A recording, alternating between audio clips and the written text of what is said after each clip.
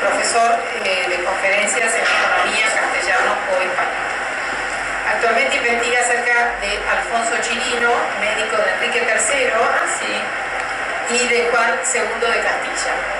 Así que Luis nos iba a hablar hoy de la lengua española como instrumento de la colonización en América, dedicando, como decíamos recién, un espacio de homenaje a el indio, por ser ahora el Día Panamericano del Indio. ¿Qué día es exactamente el Día Panamericano del Indio? El 19 de abril. El 19 de abril, claro. Por eso Poquitos días, claro, faltan poquitos días. Entonces, bueno, Luis nos va a contar un poco esto. Si necesitamos cerrar las persianas, yo me voy a correr porque sé que estorbo acá. Estimados amigos todos, en primer lugar quiero agradecer a la invitación y también a la acogida que hemos en plural recibido hasta ahora, y también es una gran satisfacción poder exponer un tema que es el de la lengua española como vehículo, que fue, que es y que será, y también el tema del indio de América, el panamericano de América, por ser dos sujetos que han convivido, que van a vivir juntos aún muchos años más, espero un largo tiempo.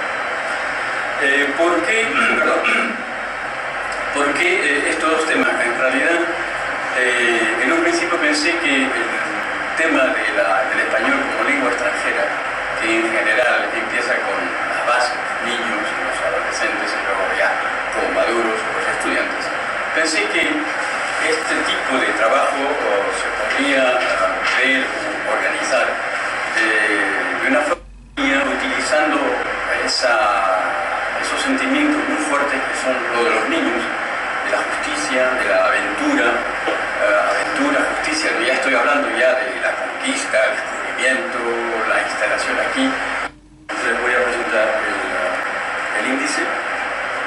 Vamos a tratar la introducción que ya casi realizada: la conquista, colonización, mestizaje, emancipación de las colonias, situación de la Amerindia hoy, siglo XXI. Perdón, en este sentido voy a ser quizás un poco pedante, pero estimo que sí queremos transmitir igualmente a los jóvenes que van a comenzar con un cierto grado de conocimiento, empezar quizás por lo que ha sido tradicional, lo que es propio, y dedicar, como estoy diciendo solamente, siglo XX, más bien que siglo XXI, o siglo XVI, mejor que XVI. Es una pequeña, como diría yo, elegancia que me doy, pero que me caracteriza, que tampoco lo quiero perder. Siglo XXI, conclusión, preguntas y respuestas, sí las hay. Bien, como... No sé si se apagó algo o... Acabamos de empezar. Bueno, estos diferentes puntos que voy a tratar en el tiempo que me ha sido acordado, trataré de terminar entonces. Sí, siempre hay un pequeño margen. Vale, gracias. Bueno, como todos ustedes saben, me permito llamarles de usted a cada uno para facilitar el mensaje, y no de vosotros, porque en fin, es más conveniente. Como todos saben, el 2 de enero de 1492, los reyes de Castilla, Fernando e Isabel, llevaron a cabo el último bastión musulmán en la península, y que constituyó, por decirlo así, de una forma global, ya el principio de la unidad castellana o española, desde el punto de vista político, religioso y sobre todo lingüístico, 1492. Por consiguiente, cuando el almirante Cristóbal Colón, pisó tierras en América el 12 de octubre, pues ya traía con él ese germen, ese idioma que había empezado a forjarse en Castilla, de donde deriva el término castellano. Entonces yo puedo avanzar la idea que todos aquellos tripulantes que viajaron con Cristóbal Colón comunicaban entre ellos en castellano. En aquella época el idioma castellano aún no tenía ese apelativo, no se le conocía con el nombre de castellano. ¿Cuál era el nombre? Pues simplemente la lengua vulgar. Y tengo aquí la citación de un hombre célebre, de un tal Alfonso Chirino, médico que vimos hace un momento, médico de Enrique III y Juan II de Castilla, en un tratado médico que él dijo: escribo en vulgar para que todo hombre, toda persona pueda comprender. Entonces, esa definición misma del castellano en sí, en el siglo XV, ya existía. Por consiguiente, puedo imaginar que todos aquellos que viajaron con él en las 3 ocasiones, no solamente en el primer, pero en los 4 viajes, se expresaron en idioma vulgar o castellano después. Bien, entonces, Cristóbal Colón, al llegar a América, entró en contacto con los primeros pobladores del continente, que fueron los indios árabes. Paraguay, que hoy en día no existe casi ninguno. Entonces, desde 1493 también sabemos que por el Tratado de Tordesillas, Castilla y Portugal ya se compartían en el mundo. Toda la nueva tierra descubierta había sido definida por el Tratado de Tordesillas en 1494, a causa de una línea imaginaria que pasaba por las Islas Azores y a 370 leguas al oeste de Cabo Verde. Toda aquella parte, toda aquella zona geográfica pertenecía a Castilla, y todo lo que estaba al este era parte del reino de Portugal. Si usted lo imagina o lo ven incluso hoy en día en un mapa geográfico, verán que todo lo que está al oeste corresponde más o menos casi ya a todo lo que es América hispánica, y todo lo que está al este es Brasil. Es simple, constatar. Dije pues que Cristóbal Colón efectuó 4 viajes a América, en el transcurso de los cuales supo que había 2 civilizaciones importantes, que ya ustedes también conocen, que fueron pues en el norte. Y esto, insisto muchísimo con los estudiantes en retener el hecho que en el norte se encontraban los aztecas y lo que quedaba de los mayas, y en la parte sur del continente los incas, y no la inversa, que es un problema constante, por lo menos en muchos de los estudiantes en Francia. Tengo un colega que me podría confirmar seguramente de este problema, que invierten el hecho de que los aztecas vivieron en el norte y que los incas vivieron en la parte sur del continente. Bien, entonces, ¿por qué hago mención de todo esto? Porque al llegar Cristóbal Colón con toda una serie de gente de la península que ya empezaban a expresarse en idioma castellano, al llegar a América, de por sí van a dar paso o crear lo que yo llamo el castellano internacional. Porque van de Europa a América, muchos países que ya empiezan a expresarse en un idioma que no es el suyo, el castellano. Para mí es el comienzo del español, el castellano, en tanto que idioma español. Repito entonces, la toma de Granada en 1492 es una fecha que ustedes deben de tener en cuenta constantemente. La lengua vulgar o castellano, el encuentro de los mundos, que es el término que se utiliza desde 1992, y luego el Tratado de Tordesillas, que es aquel que permite que castellanos y portugueses ya puedan, pues, como ven ustedes, repartirse al mundo en dos partes: la parte oeste hispanohablante, y la parte este luso hablante. Pasamos a la conquista. Yo estimo, y también muchos otros investigadores, entre ellos el profesor Tomás Gómez y Olivares y Támara, el primero es español, el segundo es chileno. Ven ustedes la mezcla explosiva: chileno, español, peruano. Todos nos queremos mucho, somos grandes amigos, somos muy buenos colegas. Bien, la conquista española. El entrelazamiento de la guerra y los negocios constituyen la expresión más antigua del espíritu empresarial. La conquista de América no escapó a esta regla, y su carácter épico no debe esconder la causa verdadera. ¿Cuál? El afán de lucro, el afán de riqueza, el afán de convertirse rico de la noche a la mañana. rápido lo que estoy diciendo, pero todo esto lo veremos si profundizamos cada tema. Pero como tengo únicamente casi una hora, me permite acelerar. Hay muchas etapas que vamos a tener que sobrepasar, pero les diré lo esencial. Los beneficios bajo forma de botín eran compartidos a prorrata de las inversiones militares o financieras de cada uno. De hecho, de manera, el que quería invertir su dinero para ir a América lo podía hacer. Y en contrapartida, pues recibía, como digo, los beneficios. Y habían creado el capitalismo. Es otro fenómeno que también se estudia en otras circunstancias, pero ya el capitalismo está presente en el siglo XV en América y a partir del siglo XVI aún mucho más. A raíz de la conquista comenzó a verificarse una transformación cultural en América. Este hecho iba a comprender la introducción de una lengua de origen latino, ya lo vimos, el castellano. Y aunque el propósito expreso no fue al principio la enseñanza de este idioma, con el recorrer del tiempo y por la convivencia de los españoles y de los indígenas acabaron por aprender el idioma del conquistador. Es un fenómeno igualmente que ya lo hemos conocido en otros siglos ulteriores. Acuérdense las invasiones, muchas invasiones, y que tuvieron que aprender el idioma del conquistador. Pues este aprendizaje del idioma del conquistador significó la destrucción de los centros políticos y religiosos de los imperios azteca e inca.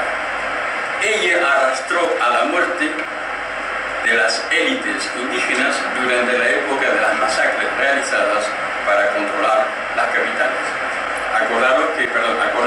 Deben acordarse que Hernández estuvo en México, quemó México, quizá lo veremos al llegar a Cusco, hizo lo mismo. El 16 de abril de 1550, el rey Carlos V ordenó la interrupción de las conquistas del Nuevo Mundo por razones morales. Aparentemente hubo toda una serie de abusos ya en el siglo XVI, el siglo XVI, que hicieron que Carlos V dijo no, por favor no, es imposible por razones morales, tienen ustedes que detener esos masacres. Luego siguió un debate que también ustedes conocen muy bien, el debate que siguió entre el fray Bartolomé de las Casas, que discutió con Ginés de Sepúlveda acerca de la licitud de la conquista de las Indias, Américas. Conocido con el nombre, y esto es muy importante, Roma condenó la esclavitud de los indígenas y afirmó el derecho de los indígenas, en tanto que seres humanos, a la libertad y a la propiedad. Estamos en el siglo XVI, que luego veremos no se va a respetar. Luego, en 1556, la terminología cambió. Conquista es oficialmente reemplazada por descubrimiento y conquistador es reemplazado por poblador o colon. Ven ustedes cómo hay una simple transformación de palabra para que los acontecimientos que se producen puedan ser soportados de otra forma. Este doble proceso de colonización se realizó en un clima de violencia extrema. Repito que estoy dándoles a ustedes un resumen de todos estos capítulos, porque tratarlos con profundidad cada uno de ellos nos llevaría una cátedra de casi un año. Este doble proceso de colonización se realizó en un clima de violencia extrema. Lo atestigua el derrumbe geográfico indígena que a todo lo largo del siglo XVI la conquista de América conllevó. Aunque esta importancia del fenómeno sea difícil de establecer con exactitud, por ejemplo, en 1519, a la llegada de Hernando Cortés, había 25 millones de indígenas. En 1605, tienen ustedes una idea de lo que quedaba en el Imperio Azteca. Pero una pregunta, ¿puedo hacerle una pregunta? Que yo he oído decir, o me han contado, que no solamente los españoles fueron los que masacraron, porque efectivamente es así, sino que también se encontraron tribus que se unieron a ellos en contra de los que estaban en ese momento, aplastando a sus propios. O sea, que no fue solamente que está mal, ¿eh? Sí, sí. Que de hecho, yo me avergüenzo de aquello, pero hay que ponerse en la situación y tal. Sí, Creo sí, que sí. si hubiera sido quizá los ingleses que hubiesen llegado, quizás no se hubieran mezclado y hubieran desaparecido como ocurre. Sí, sí. O sea, pero que condenando lo que hicieron, ¿eh? Sí, sí. Pero creo que sí que hubo un apoyo por parte de ciertas tribus que había allí que se unieron a los españoles. Efectivamente, Pasa efectivamente. siempre en cualquier fenómeno de Y conquista. había luchas internas en Sí, el entonces claro, aprovecharon y dijeron. Efectivamente, exacta. Pero hubo sí un gran descenso geográfico, pues había 1 millón. 1 millón. El descenso fue realmente catastrófico. Luego, en el sur, en Perú, al llegar Francisco Pizarro, había 6 millones de indígenas. Igualmente, formulo la pregunta, ¿tienen ustedes una idea de cuánto hubo 100 años después, 1628? 1 millón también. Es que realmente la cifra es catastrófica. Por eso el continúo. Las causas de la evolución demográfica extremadamente negativa, como digo las demás, son múltiples. Ahí interviene lo que dijo Olga hace un instante. Y bastante complejo. Ahora, preciso algo que es el parecer, la afirmación de estos dos colegas míos, nuestros, diría yo, Milagro, por ser también profesora de la universidad, de la Universidad de París 10, de Tomás Gómez y de Itamara Olivares. Dijeron que en ningún caso hubo genocidio, en ningún caso. Y lo afirman, tienen toda una tesis escrita y dicen que no hubo genocidio. Es su parecer, yo lo cito por ser una fuente universitaria. Bien. Luego cada cual se forja su parecer. Yo tengo el mío, pero respeto lo que ellos entienden. La razón fundamental de la caída de la población indígena fue el establecimiento de un sistema económico y social que iba a hacer tal la raza de la población indígena y alterar las relaciones de los diferentes grupos humanos con su entorno. Una vez conquistados los territorios, los castellanos crearon una serie de estructuras, que es lo fundamental de esta ponencia, una serie de estructuras o instituciones con el fin de controlar las poblaciones y de recabar los impuestos. Así, tras Cristóbal Colón imponer el trabajo obligatorio en 1497, encontramos a todo lo largo del siglo XVI los repartimientos de indios. ¿Qué era esto, repartimiento de indios? La reina Isabel los creó en 1503, con el fin de organizar tanto el acceso a la tierra como la explotación de la fuerza de trabajo de los indígenas. Se trataba de reagrupar en un territorio grupos de centenares de indígenas adjudicados junto con sus tierras o una mina a colonos castellanos, los encomenderos, con el pretendido derecho de hacerles trabajar al igual que bestia de carga, no lo digo yo, mediante un salario, y en contrapartida los indios tenían que pagar un tributo en especie al propietario, además de asegurarle un servicio personal. Ven ustedes que realmente un esclavo. Los encomenderos podían tener el usufructo de las explotaciones, de los repartimientos, pero no les pertenecían. Ellos no eran propietarios, eran simplemente los administradores llamados pueblo. La historia de los repartimientos de indios fue la del abuso generalizado y atrocidades sistemáticas. La reina Isabel prohibió esclavizar a los indios, pero, a pesar de todo, autorizó su funcionamiento. Un doble lenguaje. Las leyes de Burgos de 1512 dictaron medidas para poner fin a estos abusos, pero, una vez más, no suprimieron los repartimientos de indios, que entonces cambiaron de denominación para que pasara mejor la pila. Lesionaron el nombre de encomiendas, encomiendas porque incluían siempre una parte de tierras. Continuamos con este aspecto porque el poder real redactó las leyes nuevas de 1542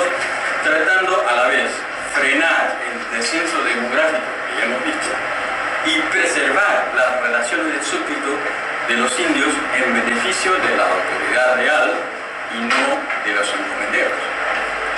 El poder real suprimió la concesión de nuevas encomiendas y la herencia de las que existían, pero los encomenderos se opusieron y Carlos V accedió a mantenerlos. Miren ustedes que la distancia también era grandísima, se imaginan que para nosotros que venimos ahora de Europa, 13 horas de avión, en la época eran como 3 meses de viaje de barco, así es que entre las leyes dictadas y las leyes que se decían, pues había, entre el espíritu y la letra había mucho espacio y mucho tiempo que pasar. Bien, voy ahora a abordar otro aspecto de constitución esta de la época del siglo XVI, utilizando siempre el idioma castellano. ¿Ven ustedes por qué el título de la ponencia es el idioma castellano como instrumento de la colonización? Porque no lo hicieron en otro idioma, no lo hicieron en el idioma de los indígenas, lo hicieron con el idioma castellano. La mita, ¿qué era la mita? Pues en 1549, con las leyes nuevas reformadas, se reglamenta el pago de tributos al encomendero en dinero, frutos y especias antes que en servicios personales al encomendero. La necesidad de mano de obra para mantener las instituciones españolas generó una contradicción que solo pudo superarse haciendo uso de la mita, o repartimiento forzoso de servicios personales remunerados, reglamentada en 1550 y que persistió hasta la primera mitad del siglo XVIII. Ven ustedes la duración en ese tiempo, siglo XVI hasta el siglo XVIII. Durante 2 siglos se mantuvo el mismo tipo de estructura para controlar las colonias. Tenemos luego la Casa de Contratación de Sevilla. Esta casa fue creada por los reyes católicos en 1503 para administrar y controlar todo el tráfico con las Indias bajo la forma de monopolio. Ustedes tienen que acordarse que la corona española no admitió que hubiese comercio entre las colonias, sí, y aún menos entre estas colonias y el resto de Europa.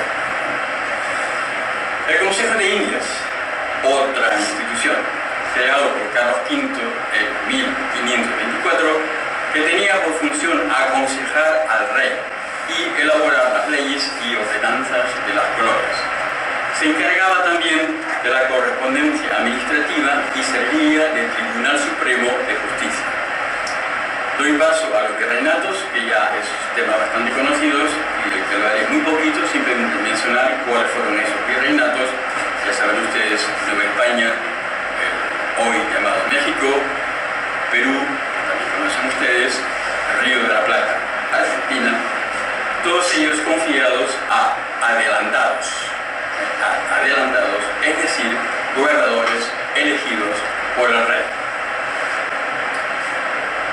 Bien, en esta situación entonces la corona de Castilla echó mano de un virrey, y el virrey, ¿cuál era su función? Pues el virrey y los magistrados locales, los corregidores, vigilaban la explotación de las minas, la evangelización de los indígenas. El virrey presidía la audiencia o corte de justicia, formada por juristas que tomaban a la mayoría simple decisiones de orden administrativo y judicial. Otra institución de mucha importancia fueron las audiencias. Representaban a la autoridad del rey, fueron fundadas en las principales ciudades americanas, una vez más México en el norte, Lima en el sur. México en 1527, Lima en 1542 y Buenos Aires en 1562. Estas audiencias fueron dirigidas por oidores quienes nombraban a los que llevaban a cabo las encuestas, los visitadores. Las audiencias fueron subdivididas en corregimientos y luego doy paso a los ayuntamientos que tuvieron en su origen una gran amplitud de autonomía ante el virrey, gobernados por 12 regidores y un alcalde mayor. He querido tratar también el tema de los impuestos porque es uno de los pilares de la corona. Pero en forma resumida, la corona, los impuestos. Castilla recolectaba impuestos sobre el comercio y sobre cada indígena con capacidad de trabajar. Mucho cuidado, sobre cada indígena con capacidad de trabajar. El indígena debía pagar un tributo o alcabala, como ya lo dijimos anteriormente. Bien, ¿qué representaba esta alcabala? Representaba 1/5 de los salarios de las minas. El indio, claro está, fue el pilar de la economía colonial, siendo su complemento el negro de África, de origen africano. El trabajo de uno y otro dio origen a la actividad de exportación de oro y plata y materias primas.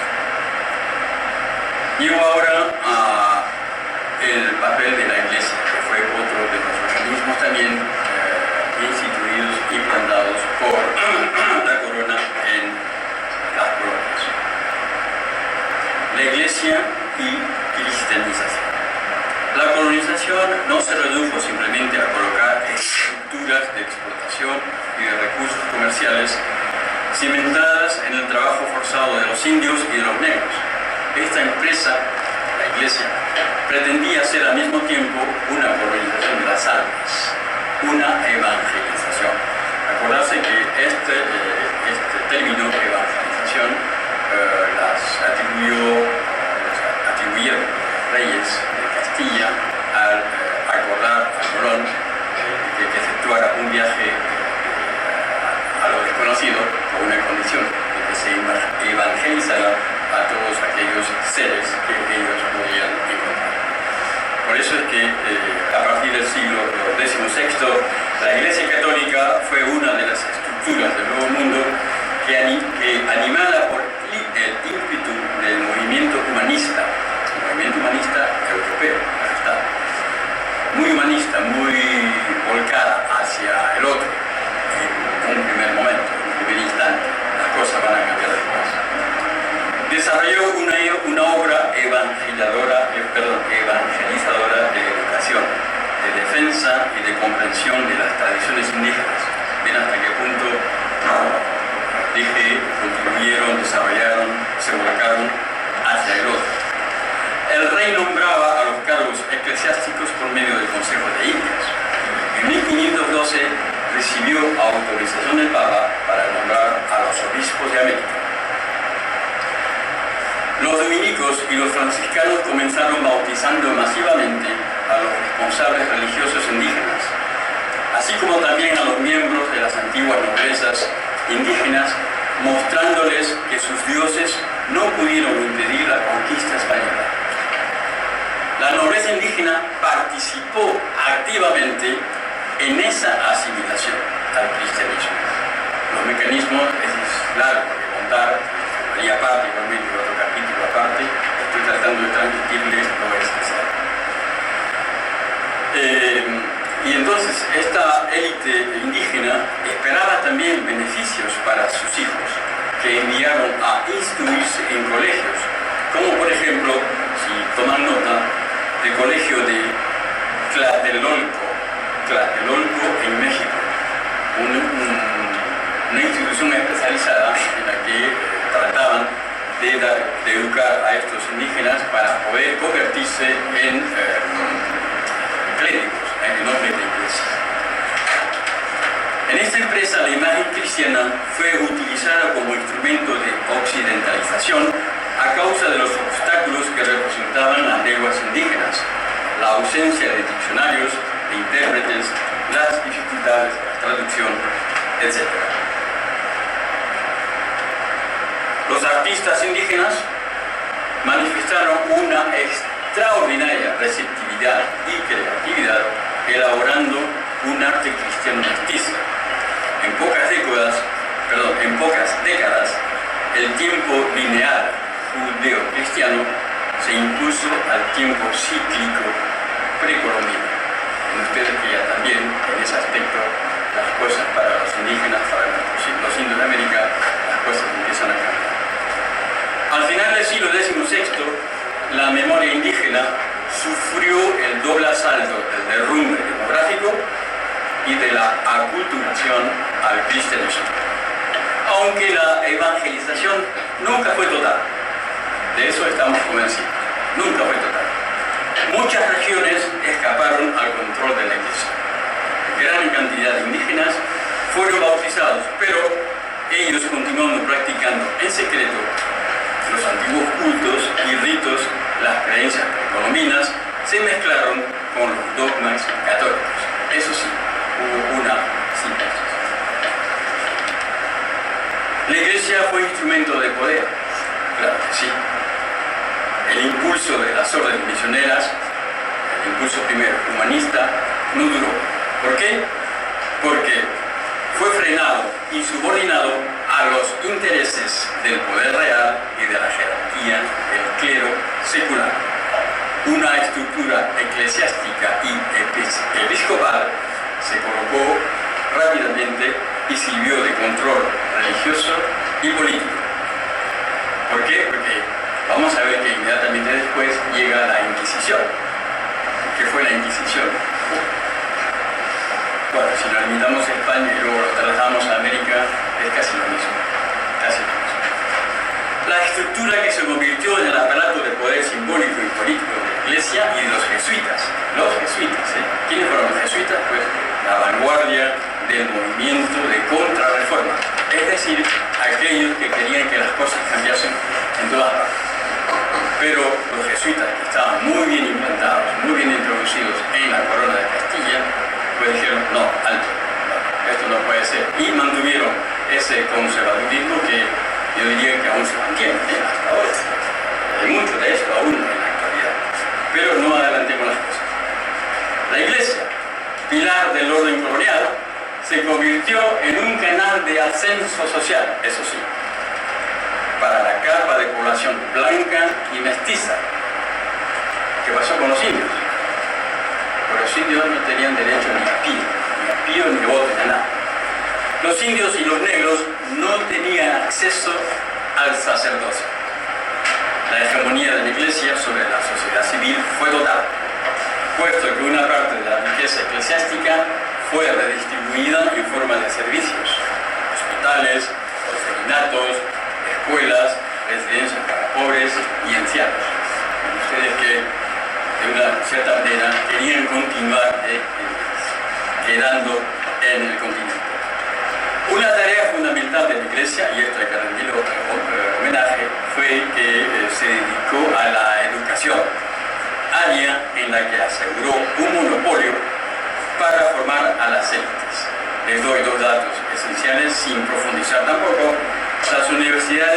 Las dos universidades que se crearon en el siglo XVI fueron la de México, creada por cédula de fundación dada en Toro, España, el 21 de septiembre de 1551, con un objetivo bien preciso, con el sentido integracionista para naturales e hijos de los españoles. Mientras que la de Lima, creada por cédula de fundación dada en Valladolid, España, el 12 de mayo de 1551, fue para el núcleo español subrayado de la población. Los demás continúan investigando. Bien, otro capítulo que ya cambia un poquito es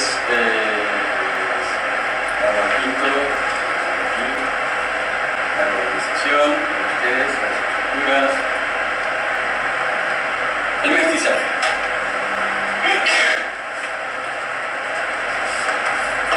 Consideramos las cosas como son, las cosas serias.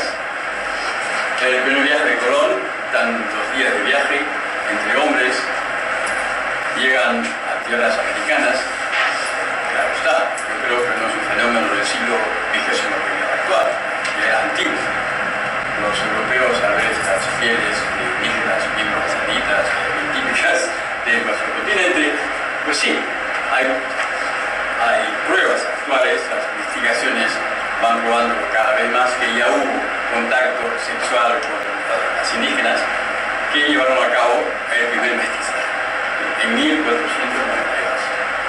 Bien, el mestizaje pues empezó en aquella época y luego el hecho igualmente que en el primer viaje no hubo mujeres en la expedición, únicamente hombres, en los cuales combatientes, casi tampoco, no hubo mujeres, o sea que había un déficit de mujeres europeas en aquella época. Pues esta situación condujo a las relaciones sexuales entre los conquistadores y las indígenas, así como también con las esclavas provenientes de África, porque no se olviden,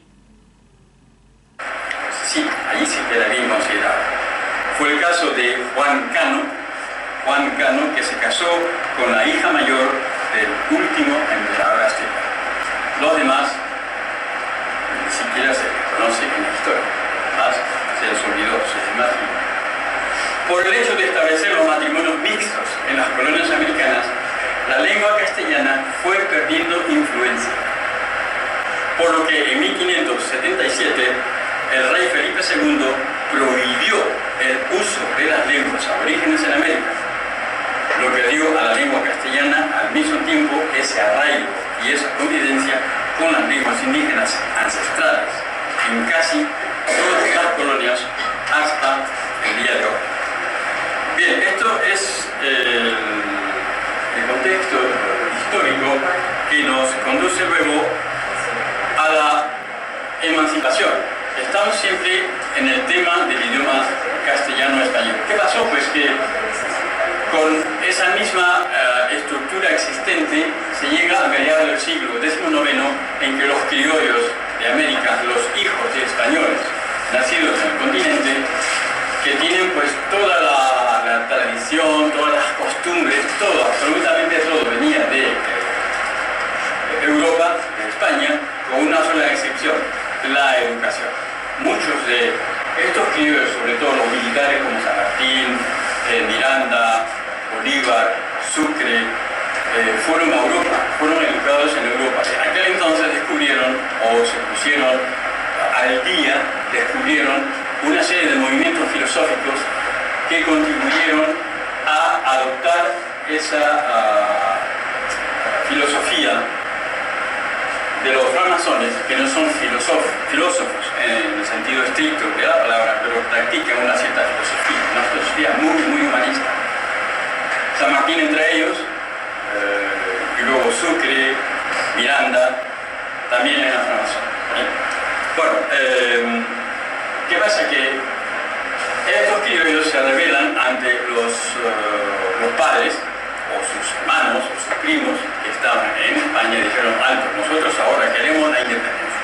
Y lo hicieron en idioma español, sin ninguna duda. Pues bien, llegó el periodo de revolución de independencia. Muy bien, pero conservando las mismas estructuras anteriores. O sea que la cosa no cambió. ¿Qué cambió? El título. En vez de virreinato, país, que fuera Argentina, Perú, México, no se llamaban más virreinatos, se llamaban países. ¿Y qué pasó? Que los indios continuaban haciendo subalternos. ¿Dónde?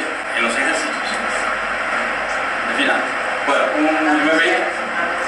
sí, luego, la emancipación. ¿Qué pasa? Que después de la emancipación las cosas no cambian, los indios continúan siendo maltratados, todo esto, hasta llegar al siglo XX, ya paso, un gran salto, siglo XXI. Hoy, el indio, si ustedes consultan libros, revistas, periódicos, hay una multitud, una gran cantidad de información a propósito de todos los movimientos indígenas que se producen hoy en día, sobre todo a partir, yo diría, de los años 70 y luego 80 para concretar ya. Llegaron a un punto extremo de concretización que fue en 1990 con los zapatistas en México, en que realmente supieron demostrar no solamente a las autoridades del país, pero al mundo entero, que los indios de América se organizaron de una forma pacífica. Todos los movimientos que se han llevado a cabo hasta el día de hoy son pacifistas. México, Colombia, Bolivia, Ecuador, Perú, Brasil, todos son absolutamente pacifistas. Y tanto es así que el primer paso lo encontramos otro francmasón. No es que yo esté haciendo la publicidad para los francmasones, pero la constante es que hay muchos francmasones en la historia latinoamericana. Tienen el primer indio presidente, Benito Juárez García, que fue abogado indio, abogado y francmasón. En Chile, en 1970, Salvador Allende, Amazonas. Político peruano Raúl Ayala Toco, que fue candidato a la República, Amazonas. O sea que si alguien está interesado en ese tema, profundizar, que van a encontrar mucha información. Bien, ¿qué es lo que quise decir con la última parte? Es que sí, el siglo XXI, eso para mí, en tanto exponente hoy, es un nuevo amanecer para los indígenas de América. ¿Por qué? Porque el idioma español continúa a practicarse, ya lo sabemos, como idioma oficial en casi todos nuestros países, con 2 o 3 que son bilingües. Paraguay, el primero, con el guaraní. Perú, desde 1999, en letra, pero no en aplicación. En 1979, el presidente Velasco Alvarado, que dijo al mismo tiempo que proclamó la reforma agraria, dijo, a partir de hoy, Perú es bilingüe. El idioma quechua es tan oficial como el castellano. Pero desafortunadamente en la práctica no es así. Pero ya está escrito. Y luego últimamente en Guatemala se creó el año pasado una cadena de televisión maya que transmite en idioma maya para toda una gran parte del país, no lo olvido. Bien, quisiera continuar, pero el tiempo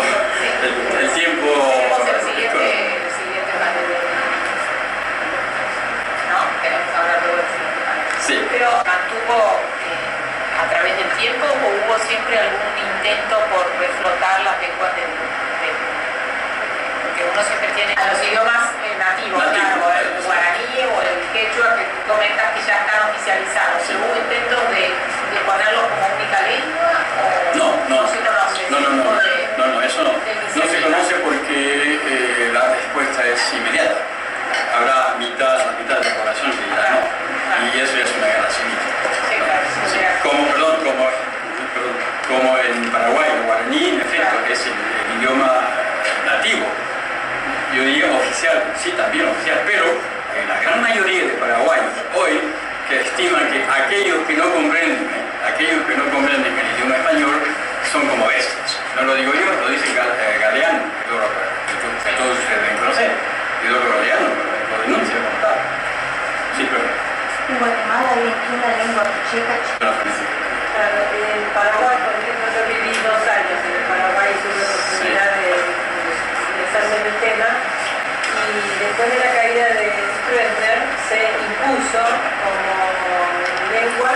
Si lo quieren haciendo de una manera más informal en el café, porque bueno, tiene que empezar el parecido. Sí. Sí, eso va a estar toda la conferencia, van a estar disponibles al final del día. Vale, justo leerme para que puedan meditar y quizás encontrar una respuesta, ayudarnos a continuar con la investigación. Una pregunta dice, ¿qué define la condición de una persona? ¿Sus ancestros? ¿La pureza de su linaje? ¿El apego a tradiciones culturales?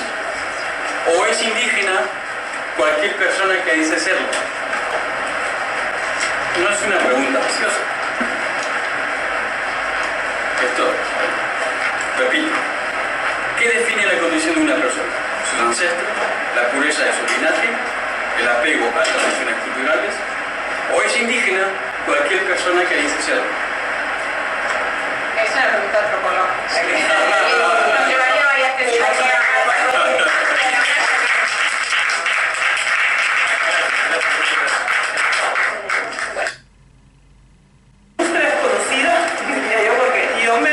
A mí me interesa mucho trabajar con autores completamente desconocidas y sobre todo autoras que han publicado entre el 70 y el 2000, porque es un momento de ruptura en la literatura centroamericana, porque es una obra centroamericana, y es un momento en donde la palabra se libera, porque hubo la revolución sandinista, porque hubo el movimiento del 78, mayo 78 fue como una explosión cuyas ondas, ¿verdad?, han llegado hasta Centroamérica, que es un lugar completamente desconocido, ¿verdad?, a nivel literario, y sobre todo desconocido para todo lo que es producción de autoras, de mujeres. Entonces yo trabajo también con escritoras. ¿Y cuál es el tema que yo he venido trabajando? yo voy a hacer una introducción rápida. En realidad yo he venido trabajando un tema que me fue surgiendo con la investigación. Yo soy profesor de la Universidad de París y me he dedicado como profesora, allá tenemos la posibilidad de investigar. Una parte tenemos, por ejemplo, 179 horas de clases por año, o sea que yo tengo 7 horas por semana, 3 meses de vacaciones y el resto es para investigar. Investigar supone estar presente en los coloquios, presentando avances de la investigación. Y yo hago parte de una escuela doctoral en la Sorbona, donde yo presento mis investigaciones.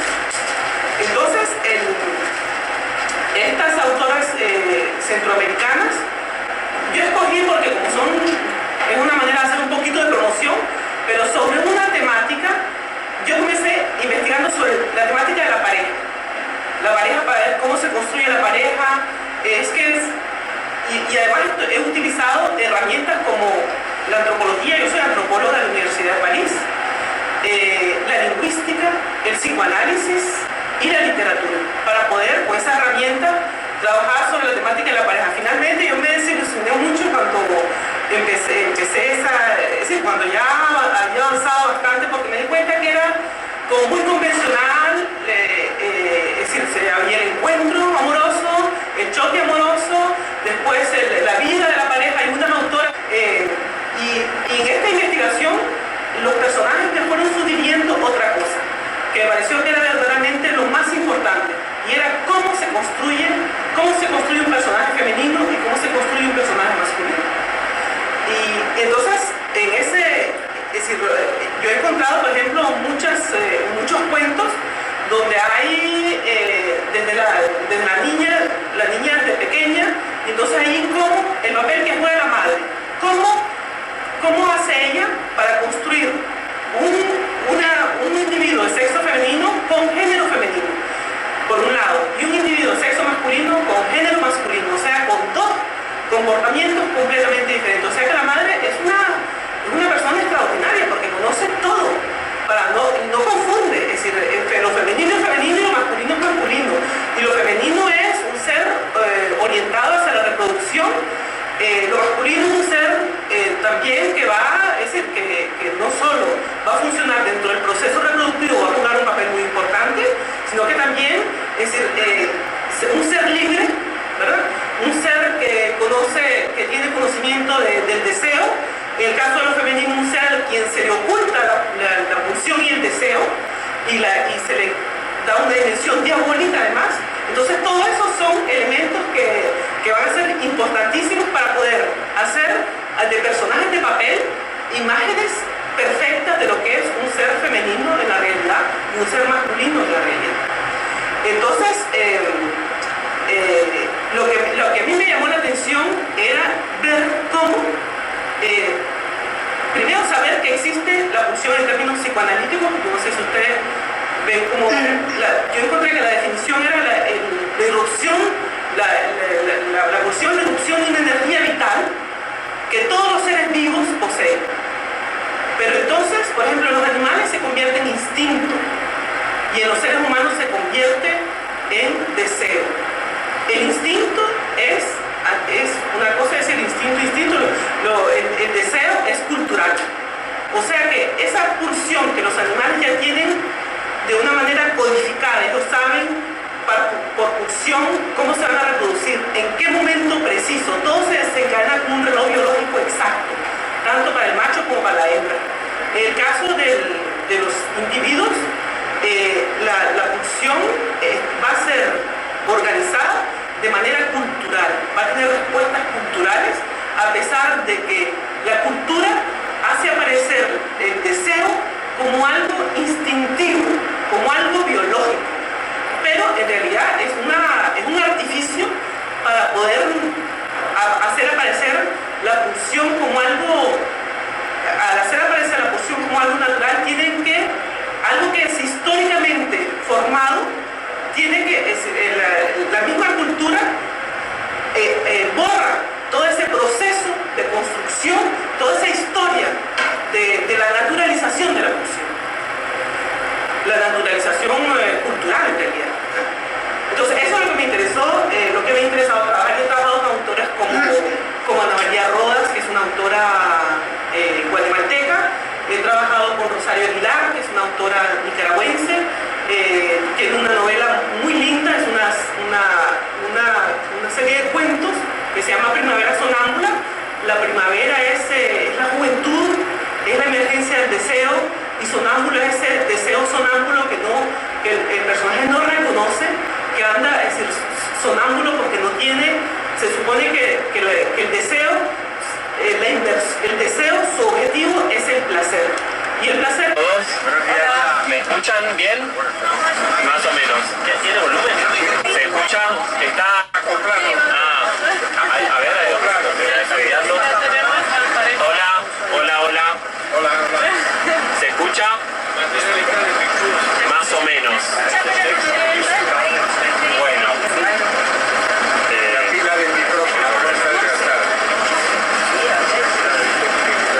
Una vez más, ¿cómo están? Mi nombre es Martín. Juntos vamos a hacer hoy un tour por la ciudad de Buenos Aires. Vamos a intentar ver algunos de los lugares más importantes de esta ciudad. Vamos a empezar por la zona norte de la ciudad de Buenos Aires, viendo un poco la zona de Palermo y de La Recoleta, que es, digamos, la zona tradicionalmente elegante de la ciudad, los barrios más ricos de Buenos Aires. Luego vamos a visitar la zona del centro de Buenos Aires y finalmente los barrios de La Boca y de San Telmo, que son los antiguos barrios obreros y de inmigrantes. ¿Me pueden escuchar? Sí, ahora mejor. Más bajo. Ok, bien, bueno, mejor para mí también. Bueno, entonces, algunos comentarios previos sobre la ciudad de Buenos Aires.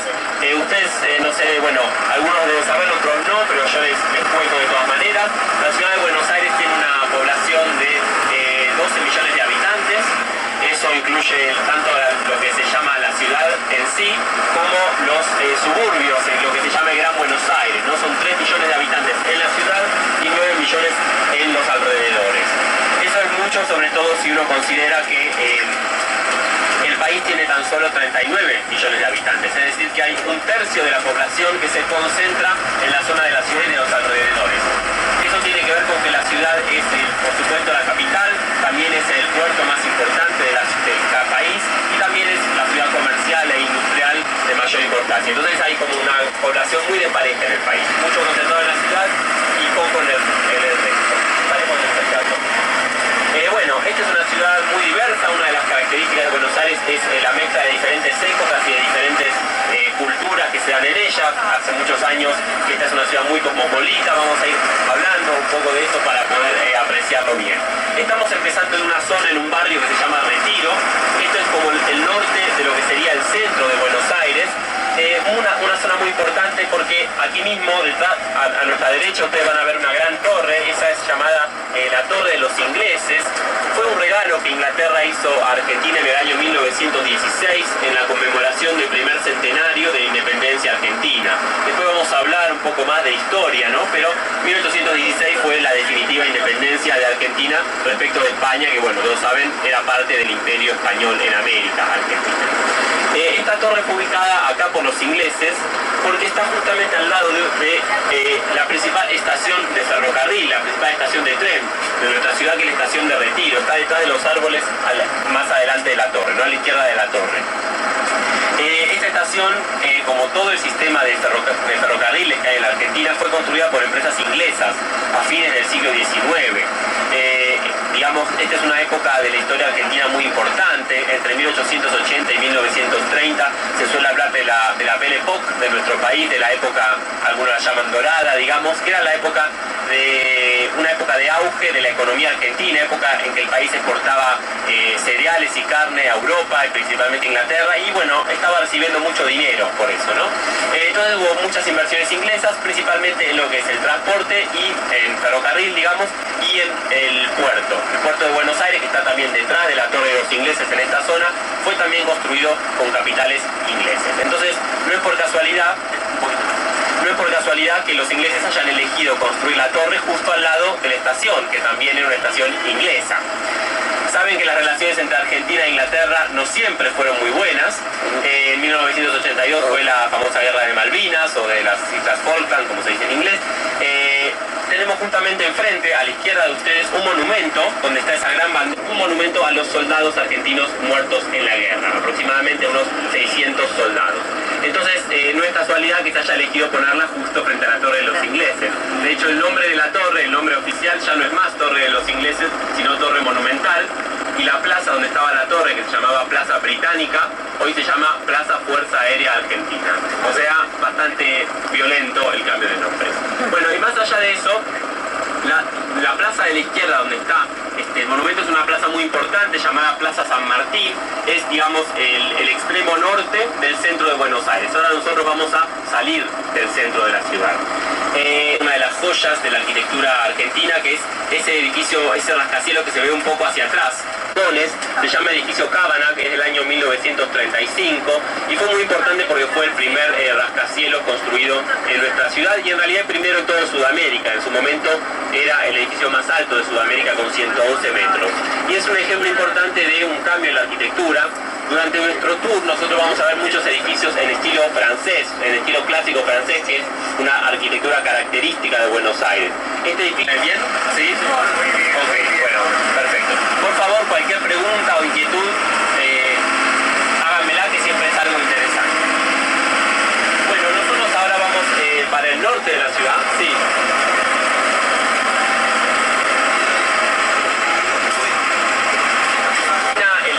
Los autos hasta el año 45 también circulaban como en Inglaterra, ¿no? Por la izquierda. Yo les mencionaba que el norte, lo que serían los barrios de Palermo, no se escucha. A ver ahora, ¿ahí se oye mejor? No, es problema de la ciudad de Buenos Aires. La zona norte, que son principalmente los barrios de Retiro y Recoleta y Palermo, te decía que era la zona más elegante de la ciudad. En general, lo que se dice es que Buenos Aires uno podría, bueno, se divide en muchísimas partes, pero en general se habla de la zona norte y de la zona sur como una división social, digamos, ¿no? El norte sería la zona más elegante y el sur los antiguos barrios de inmigrantes y de clase obrera.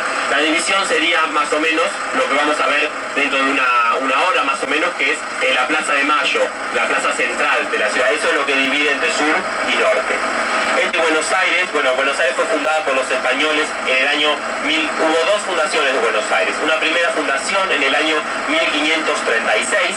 Esa era una época en plena conquista de América en que los españoles estaban buscando oro y plata en todo el continente. Ya habían encontrado el imperio de los incas, ¿no? En Perú, que era un imperio de oro, digamos, habían encontrado muchísimo oro allí y habían escuchado leyendas sobre un imperio de plata que se encontraría más al sur, una ciudad toda cubierta de plata. Siguiendo esta leyenda, llegan en 1536 a la costa del Río de la Plata, aquí a la costa de Buenos Aires, y fundan la primera ciudad. Por supuesto, fue una gran decepción, no encontraron nada aquí, solamente La Pampa, que es una tierra infinita de pasto y praderas. Encontraron a un grupo indígena que eran los querandíes, el grupo local. No tuvieron muy buenas relaciones con ellos, no encontraron plata ni ningún metal precioso y muertos de hambre también porque no podían cultivar.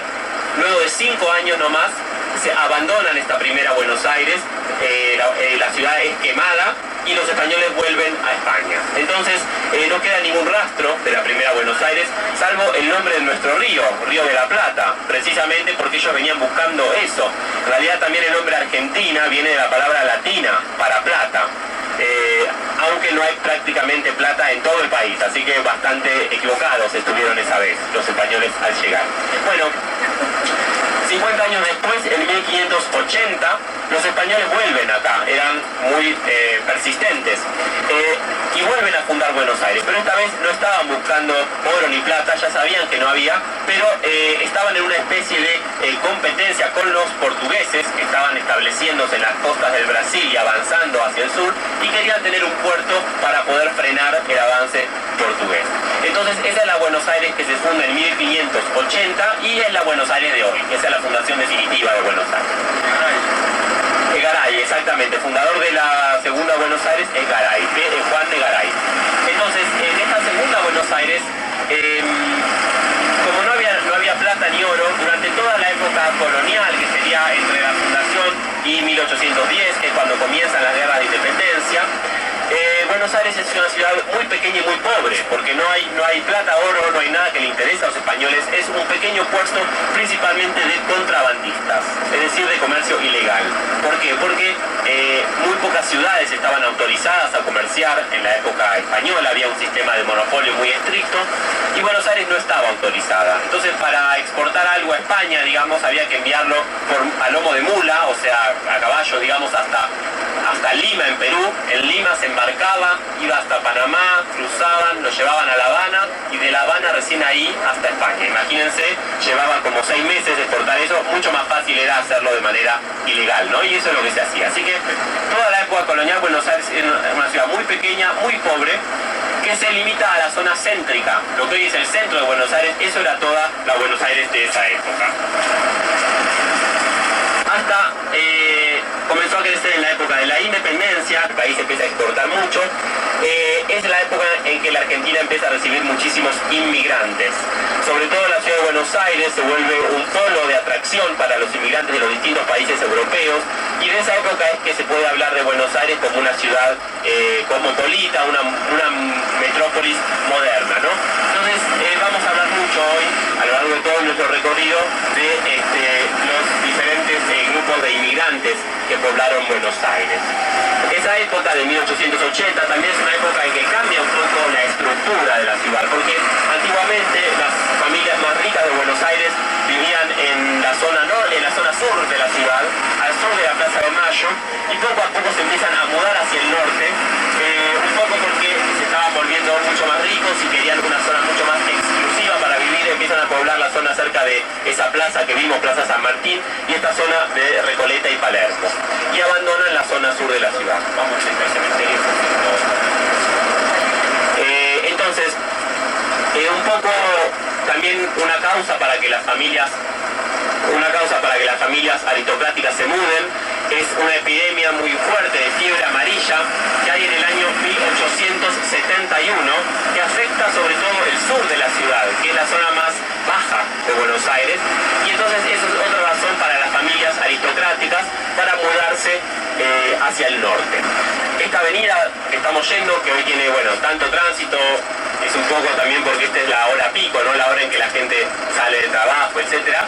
Es la avenida Libertador, una avenida muy tradicional que bordea todo lo que es el barrio de la Recoleta. A lo largo de esta avenida y en toda esta zona es donde se empiezan a establecer las familias aristocráticas hacia 1880.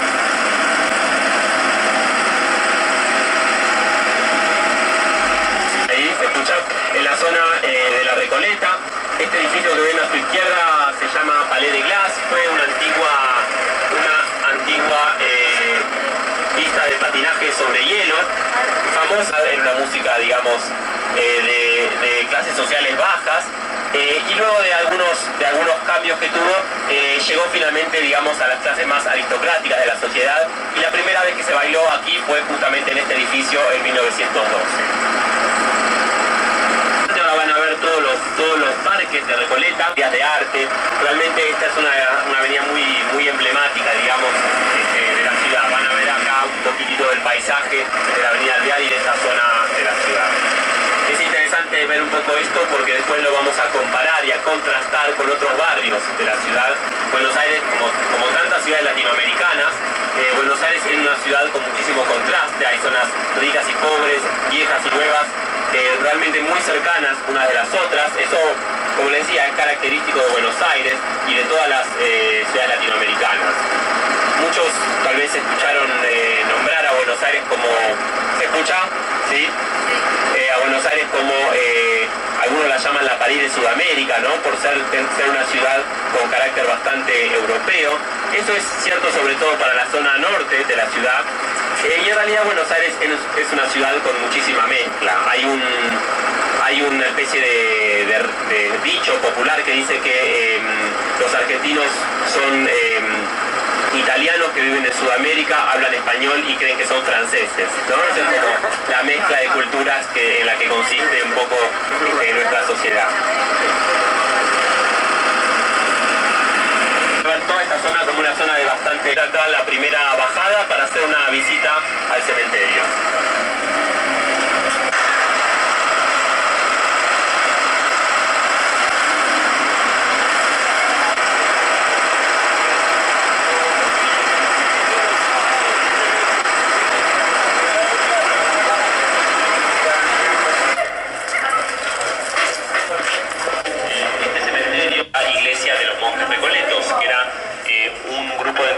Franciscanos. En las tierras del cementerio estaban las tierras de campo, de labranza, ¿no? Trabajaban los monjes la tierra, y así fue hasta el año 1822. 1822 es el año de la fundación del cementerio. Uno de los primeros gobiernos independientes de España, republicanos, digamos, decidió confiscar todas las tierras de la iglesia. No tenía muy buena relación con la iglesia, confisca las tierras y funda el primer cementerio.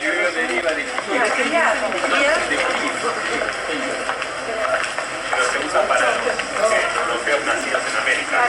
Los más grandes del cementerio hoy son prácticamente los más pequeños, y también lo que es interesante es que prácticamente no hay ningún símbolo católico en estos mausoleos. Eso tiene que ver justamente con que los primeros gobiernos republicanos de nuestro país tenían bastante mala relación con la iglesia, querían como independizarse de la iglesia, y a ningún héroe público se le iba a poner un símbolo relacionado con la religión, a pesar de que las personas en sí, obviamente sí, eran católicas, ¿no? Entonces se ve... From Ireland. Irish. Oh, he's Irish. Oh.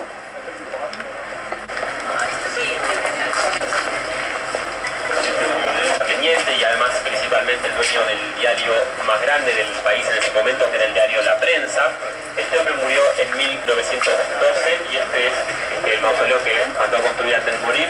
Las esculturas son de un escultor francés, Coutan, y representan el alma siendo llevada al cielo por un ángel, ¿no? Es una escultura bastante barroca y muy refinada, la más importante, una de las más importantes del cementerio. Muy práctico. Pero mira esto. Los templos más grandiosos que yo vi, los vi en Washington. Por acá no pasa nada.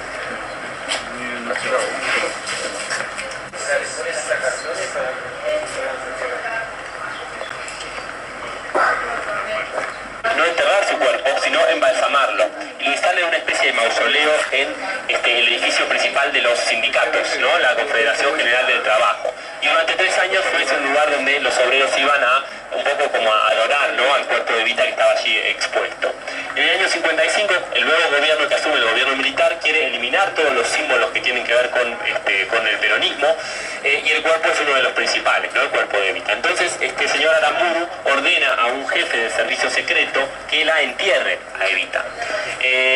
Parece ser, la operación era secreta, ¿no? Este señor se lleva el cuerpo, jefe de servicio secreto, parece ser que era un hombre bastante loco, se enamora del cuerpo de Evita y lo secuestra y lo tiene en su oficina, en un armario, durante unos meses. Nadie sabe dónde está, nadie sabe qué hizo con el cuerpo, ¿no?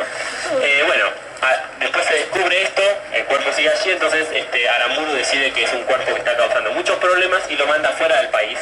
A Italia, a Roma, donde el propio Papa en persona también estuvo, sí. Además hubo varias copias del cuerpo, se hicieron 3 copias, hubo una que fue a Hamburgo, otra que fue a Dinamarca, bueno, a varios lugares, ¿no? Exactamente, porque no querían que se lo encontrara, digamos. Entonces, pero el cuerpo verdadero fue, el Papa decide enterrarla en Milán, en el cementerio de Milán, bajo un nombre falso, y le envía una carta a Aramburu, explicándole dónde está, ¿no? Pero Aramburu prefiere no leer esa carta, le parece información muy peligrosa y dice: cuando yo muera, esta carta tiene que ser entregada al presidente en ese momento y él va a decidir qué hacer con el cuerpo. Bueno, en los años 60 entonces Evita estuvo siempre en Milán, pero fue una década muy compleja, ¿no? Muy agitada aquí en Argentina. Empiezan muchos movimientos políticos. Uno de ellos es un movimiento de jóvenes peronistas de izquierda, un movimiento llamado Montoneros, un movimiento guerrillero, que en el año 1970 deciden secuestrarlo a Aramburu, que era uno de sus principales enemigos. Quieren saber dónde está el cuerpo de Evita y finalmente lo matan a Aramburu. La carta es entregada al presidente del país y el presidente decide que, ya que Evita era la esposa de Perón, que Perón tiene que hacerse y sobre todo es conocido para todo lo que es producción de autoras. mujeres. Entonces yo trabajo también con escritoras. ¿Y cuál es el tema que yo he venido trabajando? Yo voy a hacer una introducción rápida.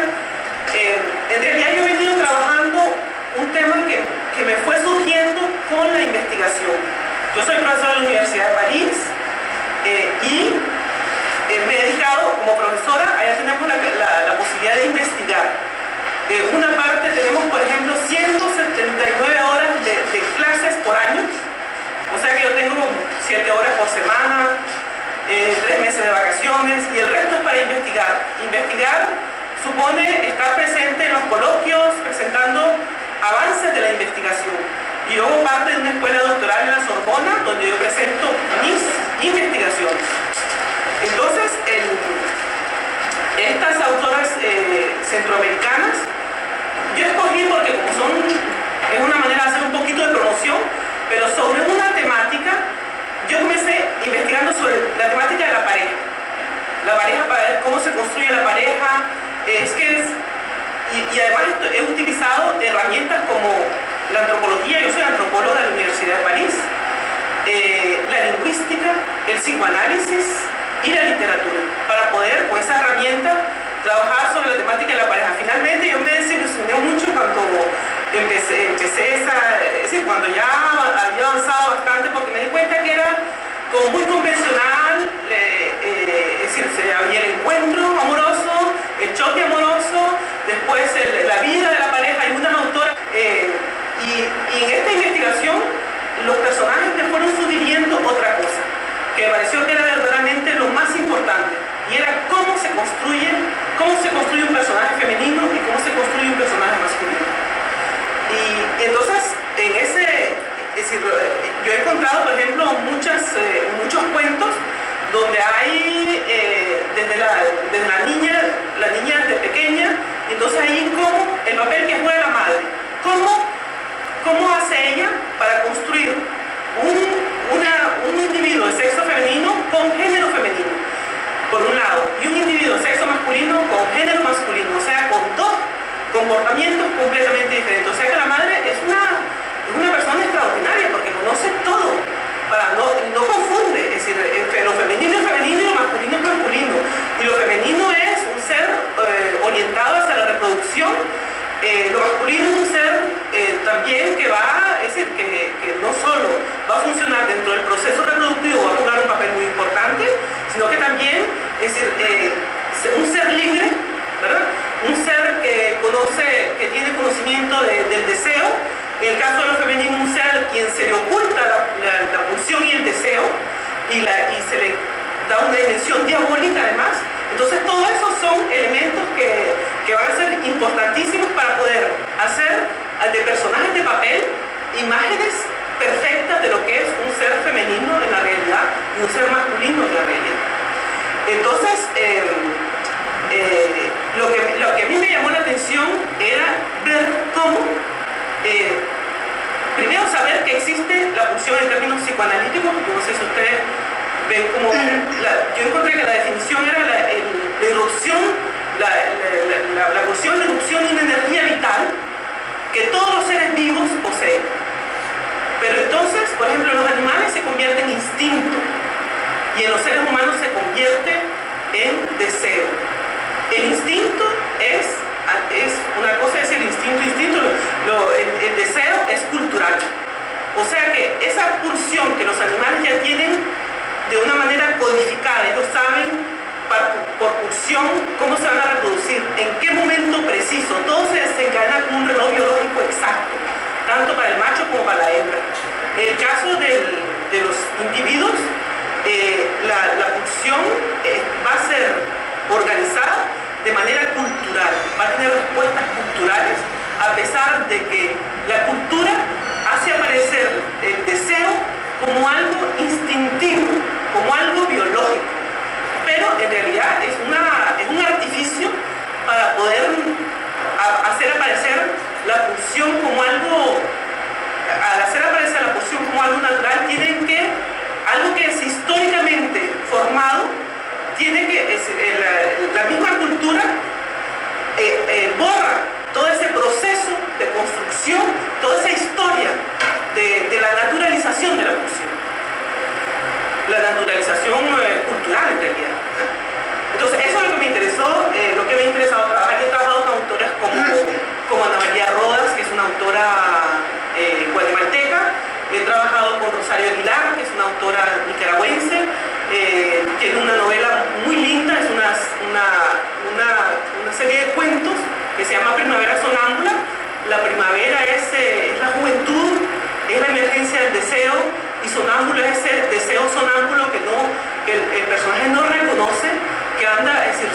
sonámbulo porque no tiene, se supone que el deseo, el deseo, su objetivo es el placer.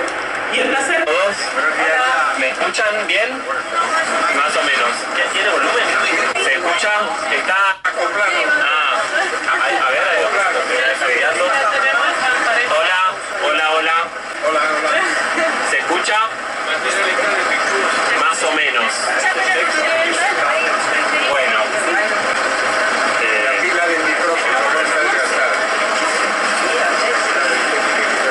Una vez más, ¿cómo están? Mi nombre es Martín. Juntos vamos a hacer hoy un tour por la ciudad de Buenos Aires.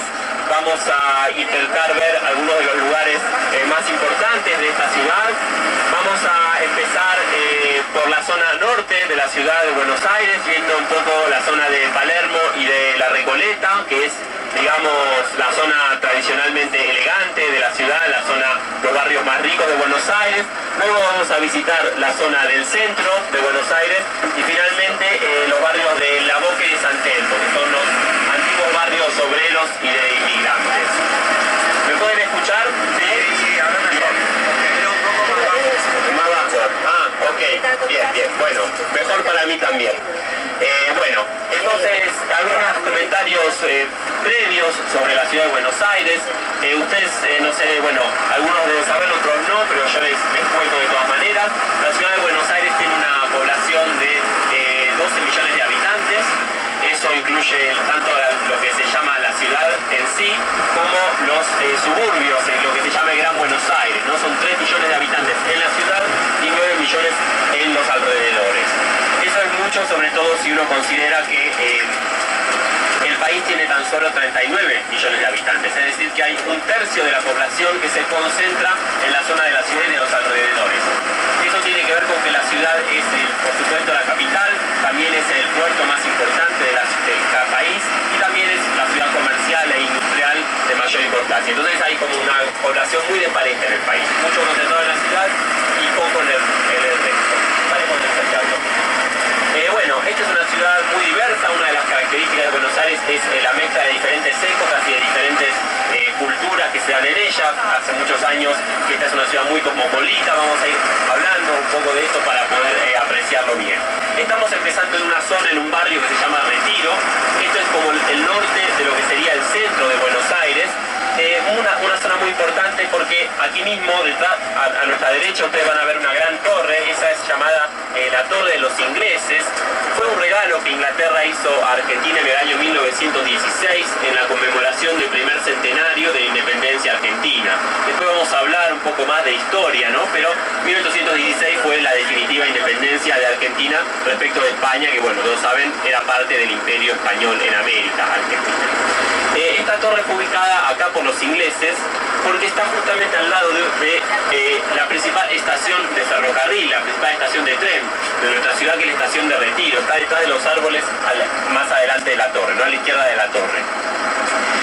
Esta estación, como todo el sistema de ferrocarriles que hay en la Argentina, fue construida por empresas inglesas a fines del siglo XIX. Digamos, esta es una época de la historia argentina muy importante. Entre 1880 y 1930 se suele hablar de la Belle Époque de nuestro país, de la época, algunos la llaman dorada, digamos, que era la época una época de auge de la economía argentina, época en que el país exportaba cereales y carne a Europa, y principalmente a Inglaterra, y bueno, estaba recibiendo mucho dinero por eso, ¿no? Entonces hubo muchas inversiones inglesas, principalmente en lo que es el transporte y el ferrocarril, digamos, y en el puerto de Buenos Aires, que está también detrás de la Torre de los Ingleses en esta zona, fue también construido con capitales ingleses. Entonces, no es por casualidad que los ingleses hayan elegido construir la torre justo al lado de la estación, que también era una estación inglesa. Saben que las relaciones entre Argentina e Inglaterra no siempre fueron muy buenas.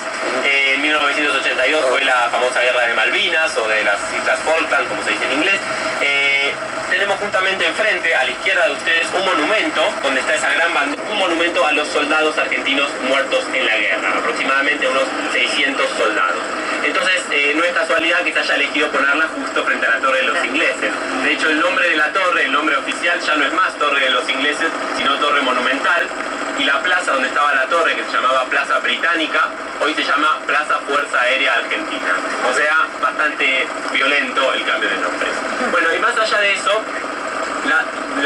la izquierda, donde está el monumento, es una plaza muy importante llamada Plaza San Martín. Es, digamos, el extremo norte del centro de Buenos Aires. Ahora nosotros vamos a salir del centro de la ciudad. Una de las joyas de la arquitectura argentina, que es ese edificio, ese rascacielos que se ve un poco hacia atrás. Se llama edificio Cábana, que es del año 1935, y fue muy importante porque fue el primer rascacielos construido en nuestra ciudad, y en realidad el primero en toda Sudamérica. En su momento era el edificio más alto de Sudamérica, con 112 metros. Y es un ejemplo importante de un cambio en la arquitectura. Durante nuestro tour nosotros vamos a ver muchos edificios en estilo francés, en estilo clásico francés, que es una arquitectura característica de Buenos Aires. Este edificio... ¿Bien? ¿Sí? Ok, bueno, perfecto. Por favor, cualquier pregunta o inquietud, háganmela, que siempre es algo interesante. Bueno, nosotros ahora vamos para el norte de la ciudad. Sí.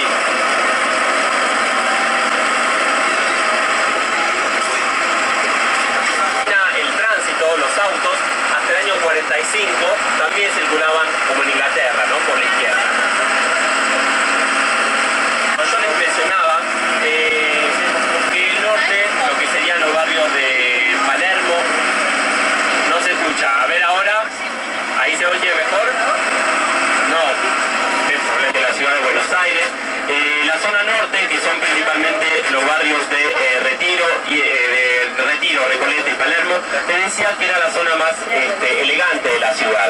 En general, lo que se dice es que Buenos Aires uno podría, bueno, se divide en muchísimas partes, pero en general se habla de la zona norte y de la zona sur como una división social, digamos, ¿no? El norte sería la zona más elegante y el sur los antiguos barrios de inmigrantes y de clase obrera. La división sería más o menos lo que vamos a ver dentro de una hora más o menos, que es la Plaza de Mayo, la plaza central de la ciudad. Eso es lo que divide entre sur y norte. Buenos Aires, bueno, Buenos Aires fue fundada por los españoles en el año 1000, hubo dos fundaciones de Buenos Aires. Una primera fundación en el año 1536, esa era una época en plena conquista de América, en que los españoles estaban buscando oro y plata en todo el continente.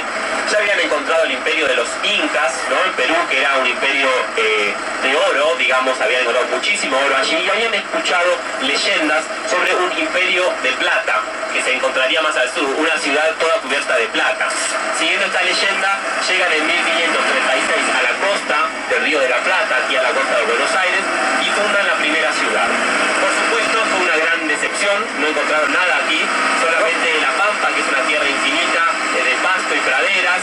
Encontraron a un grupo indígena que eran los querandíes, el grupo local.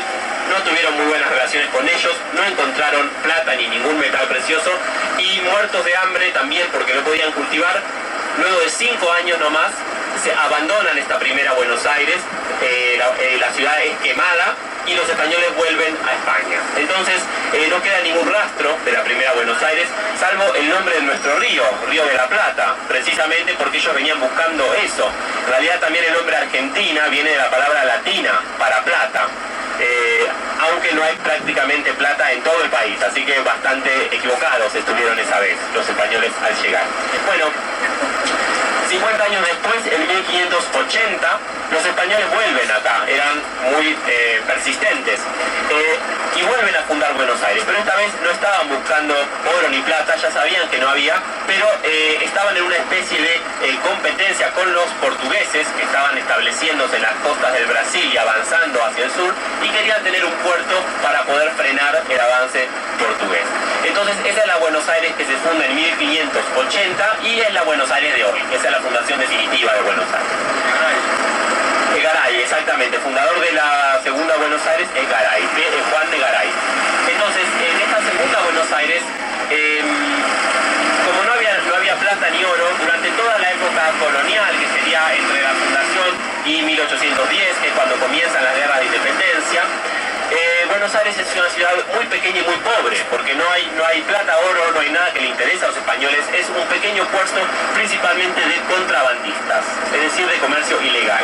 ¿Por qué? Porque muy pocas ciudades estaban autorizadas a comerciar en la época española, había un sistema de monopolio muy estricto y Buenos Aires no estaba autorizada. Entonces, para exportar algo a España, digamos, había que enviarlo a lomo de mula, o sea, a caballo, digamos, hasta hasta Lima, en Perú. En Lima se embarcaba, iba hasta Panamá, cruzaban, lo llevaban a La Habana y de La Habana recién ahí hasta España. Imagínense, llevaban como 6 meses exportar eso, mucho más fácil era hacerlo de manera ilegal, ¿no? Y eso es lo que se hacía. Así que toda la época colonial, Buenos Aires es una ciudad muy pequeña, muy pobre, que se limita a la zona céntrica. Lo que hoy es el centro de Buenos Aires, eso era toda la Buenos Aires de esa época. Hasta comenzó a crecer en la época de la independencia, el país empieza a exportar mucho, es la época en que la Argentina empieza a recibir muchísimos inmigrantes. Sobre todo la ciudad de Buenos Aires se vuelve un polo de atracción para los inmigrantes de los distintos países europeos, y de esa época es que se puede hablar de Buenos Aires como una ciudad cosmopolita, una metrópolis moderna, ¿no? Entonces vamos a hablar mucho hoy, a lo largo de todo nuestro recorrido, de los diferentes grupos de inmigrantes que poblaron Buenos Aires. Esa época de 1880 también es una época en que cambia un poco la estructura de la ciudad, porque antiguamente las familias más ricas de Buenos Aires vivían en la zona sur de la ciudad, al sur de la Plaza de Mayo, y poco a poco se empiezan a mudar hacia el norte, un poco porque se estaban volviendo mucho más ricos y querían una zona mucho más exclusiva para vivir. Empiezan a poblar la zona cerca de esa plaza que vimos, Plaza San Martín, y esta zona de Recoleta y Palermo, y abandonan la zona sur de la ciudad. Vamos a este cementerio. Entonces, un poco también una causa para que las familias aristocráticas se muden es una epidemia muy fuerte de fiebre amarilla que hay en el año 1871, que afecta sobre todo el sur de la ciudad, que es la zona más baja de Buenos Aires, y entonces esa es otra razón para las familias aristocráticas para mudarse hacia el norte. Esta avenida que estamos yendo, que hoy tiene, bueno, tanto tránsito, es un poco también porque esta es la hora pico, ¿no? La hora en que la gente sale de trabajo, etcétera. Es la avenida Libertador, una avenida muy tradicional que bordea todo lo que es el barrio de la Recoleta. A lo largo de esta avenida y en toda esta zona es donde se empiezan a establecer las familias aristocráticas hacia 1880.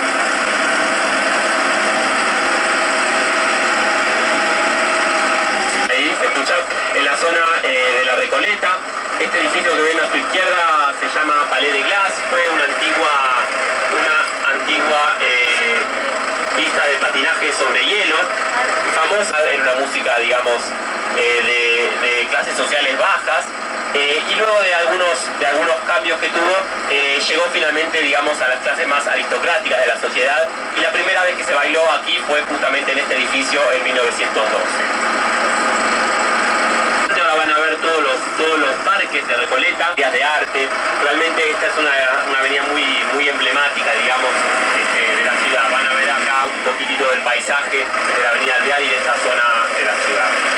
Es interesante ver un poco esto porque después lo vamos a comparar y a contrastar con otros barrios de la ciudad. Buenos Aires, como tantas ciudades latinoamericanas, Buenos Aires es una ciudad con muchísimo contraste. Hay zonas ricas y pobres, viejas y nuevas, realmente muy cercanas unas de las otras. Eso, como les decía, es característico de Buenos Aires y de todas las ciudades latinoamericanas. Muchos tal vez escucharon nombrar a Buenos Aires como... ¿Se escucha?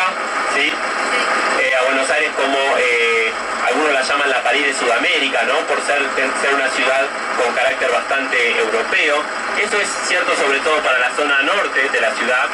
Y en realidad Buenos Aires es una ciudad con muchísima mezcla. Hay una especie de dicho popular que dice que los argentinos son italianos que viven en Sudamérica, hablan español y creen que son franceses, ¿no? Esa es como la mezcla de culturas en la que consiste un poco nuestra sociedad.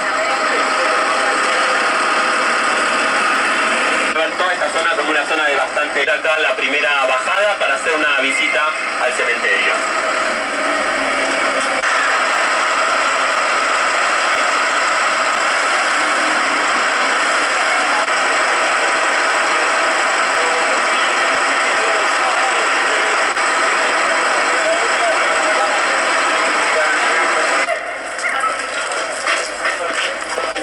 Este cementerio, la iglesia de los monjes recoletos, que era un grupo dentro de los monjes franciscanos. En las tierras del cementerio estaban las tierras de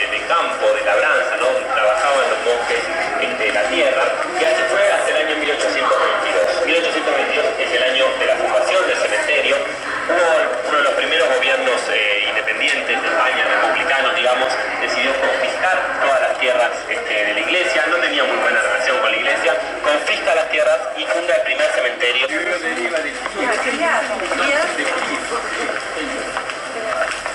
usa para los europeos nacidos en América. Los más grandes del cementerio hoy son prácticamente los más pequeños, y también lo que es interesante es que prácticamente no hay ningún símbolo católico en estos mausoleos. Eso tiene que ver justamente con que los primeros gobiernos republicanos de nuestro país tenían bastante mala relación con la iglesia, querían como independizarse de la iglesia, y a ningún héroe público se le iba a poner un símbolo relacionado con la religión, a pesar de que las personas en sí, obviamente sí, eran católicas, ¿no? Entonces se ve From Ireland. Oh, he's Irish. Oh.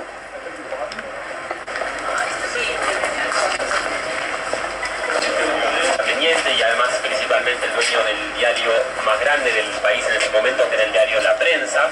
Este hombre murió en 1912 y este es el mausoleo que mandó a construir antes de morir.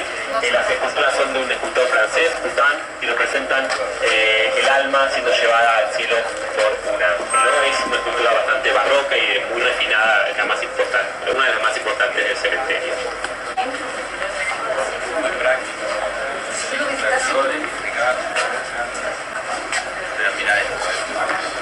Los templos más grandiosos que yo vi, los vi en Washington. Por acá no nos pasa nada.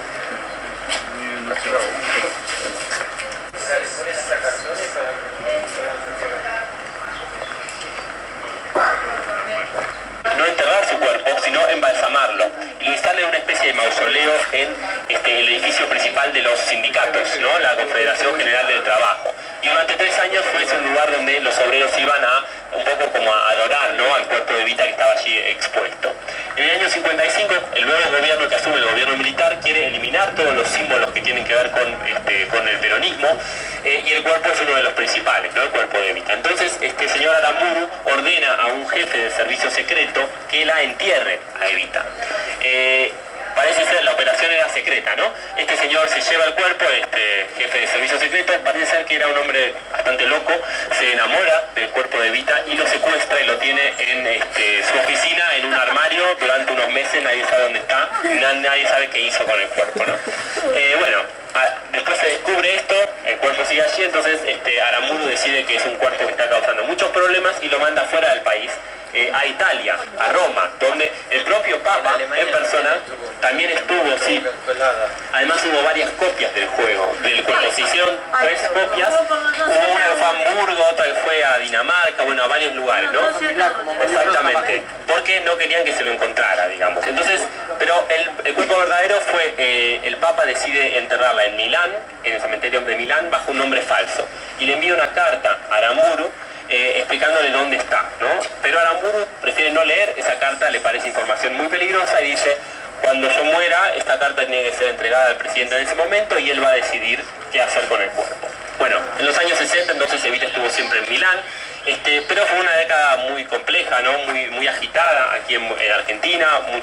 Empiezan muchos movimientos políticos. Uno de ellos es un movimiento de jóvenes peronistas de izquierda, un movimiento llamado Montoneros, un movimiento guerrillero, que en el año 1970 deciden secuestrarlo a Aramburu, que era uno de sus principales enemigos. Quieren saber dónde está el cuerpo de Evita y finalmente lo matan a Aramburu. La carta es entregada al presidente del país y el presidente decide que, ya que Evita era la esposa de Perón, que Perón tiene que hacerse cargo del cuerpo de Evita. Entonces envía el cuerpo desde Italia a Madrid, donde Perón estaba exiliado.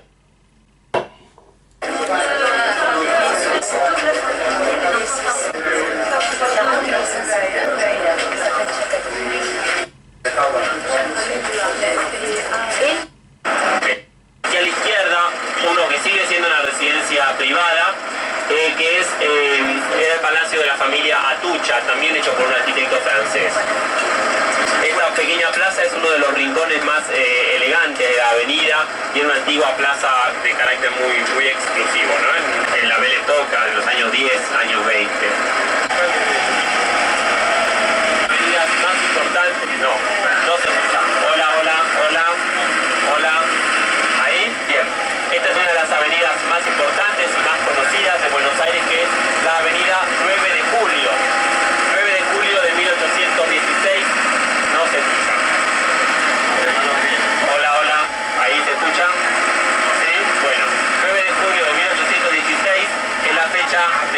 independencia de la Argentina. Esta avenida, muchos dicen o decimos que es la avenida más ancha del mundo. Nunca sabemos si es cierto o no, pero es bastante ancha, mide 140 metros de ancho. Fue construida, se comenzó en los años 30, en la década de 1930, que fue una década, digamos, de auge del transporte automotor, ¿no? Se pensó esta avenida como una vía rápida, ¿no? Que atravesara el centro de la ciudad de norte a sur. Todo lo que hay aquí. Y si miran hacia adelante van a ver, luego lo vamos a pasar, hacia adelante está el obelisco, que es uno de los símbolos más conocidos de Buenos Aires. Este obelisco fue un monumento hecho en el año 1936 para conmemorar el cuarto centenario de la primera fundación de Buenos Aires, esa de la que hablamos, ¿no? La fundación de 1536.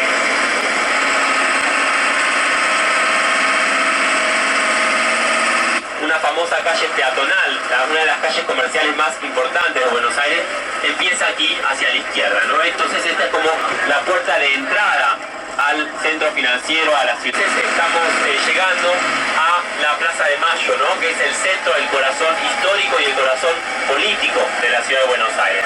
Aquí a la izquierda tienen la Casa Rosada. Aquí vamos a hacer una pequeña parada para ver un poco los principales edificios que rodean a la plaza.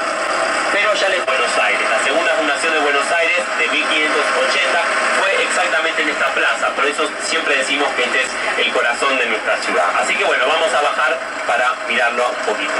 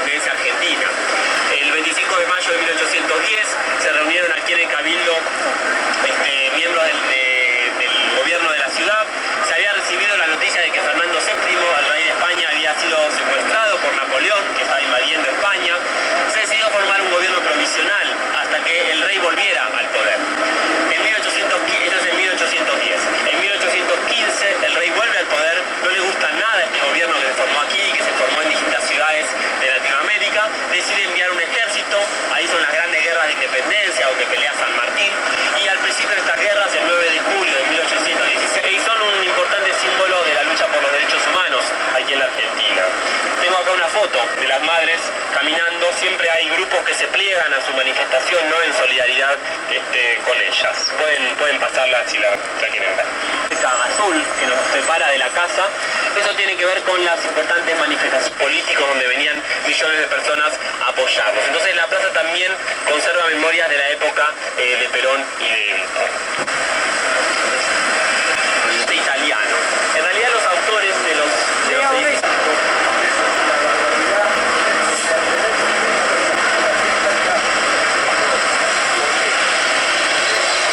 La cal, la pintura blanca, la cal con sangre de toro, parece que era algo que se usaba en la época colonial, que hacía que la pintura durara más. Sarmiento, que fue presidente en los años 1870, le pareció que era algo muy bueno para usar en la Casa Rosada porque iba a hacer que se destacara del resto de los edificios que eran todos blancos. Entonces desde entonces el edificio es rosa. Ya no se usa más sangre igual, no se preocupen.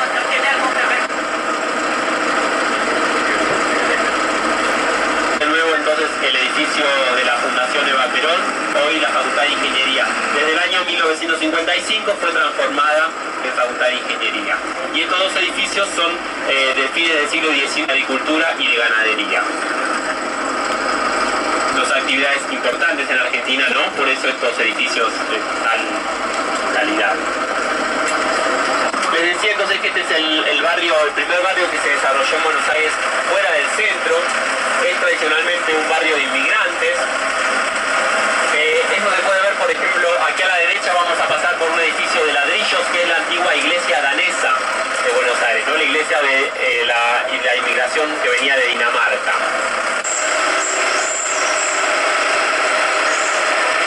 Totalmente nuevo. ¿Por qué? Porque la restauración del puerto empezó en los años 90, pero luego vino la crisis del 2001. No había dinero para nada, para ninguna nueva construcción. Entonces se paralizaron unidos por un canal. Estos puentes giran, son puentes giratorios,